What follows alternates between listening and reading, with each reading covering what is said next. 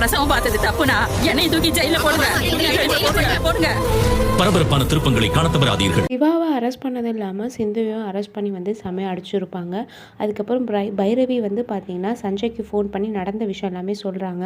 So ஒரு வழியாக வந்து பார்த்திங்கன்னா நம்ம சிந்துவை வந்து வெளியில் கூட்டிகிட்டு வந்துடுறாங்க. ஆனால் வந்து சிவாவை வந்து விடமாட்டேன்றாங்க. இப்போ சிவாவை வந்து கோர்ட்டில் வந்து ஆஜர்படுத்துகிறாங்க. சிவாவுக்கு தண்டனை வழங்கணும் அப்படி வந்து சொல்லிகிட்ருக்காங்க வக்கீலும் ஜட்ஜும்.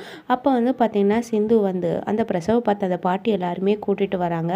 அப்போ அந்த பாட்டியம்மாலாம் வந்து ஜட்ஜை வந்து கேட்குறாங்க, இது உங்கள் அம்மாவுக்கும் நான் தாம்மா பிரசவம் பார்த்தேன், அப்போ வந்து என்ன நீங்கள் அரெஸ்ட் பண்ணுங்கள் அப்படின்னு வந்து சொல்கிறாங்க. ஒருத்தரும் வந்து என்ன அரெஸ்ட் பண்ணுங்க அப்படி சொல்லும் போது வந்து பார்த்திங்கன்னா ஜட்ஜு குழப்பமாகி வந்து சரி இதுக்கப்புறம் இதெல்லாம் பண்ணக்கூடாது அப்படின்னு வந்து சொல்லிட்டு நம்ம சிவாவையும் ஹாஸ்பிட்டலும் சீல்லேருந்து ரிமூவ் பண்ணி விட்டுடுறாங்க.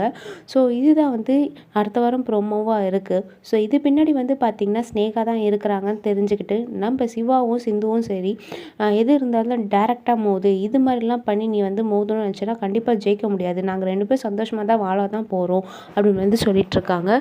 ஸோ வெயிட் பண்ணிட்டு பார்க்கலாம் திருப்பியும் என்ன ஆகுதுன்னு சொல்லிட்டு. இதுக்கப்புறம்னாச்சும் நம்ம ஸ்னேகா வந்து வாங்கலான்னு பார்த்தீங்கன்னா கண்டிப்பாக கிடையவே கிடையாது.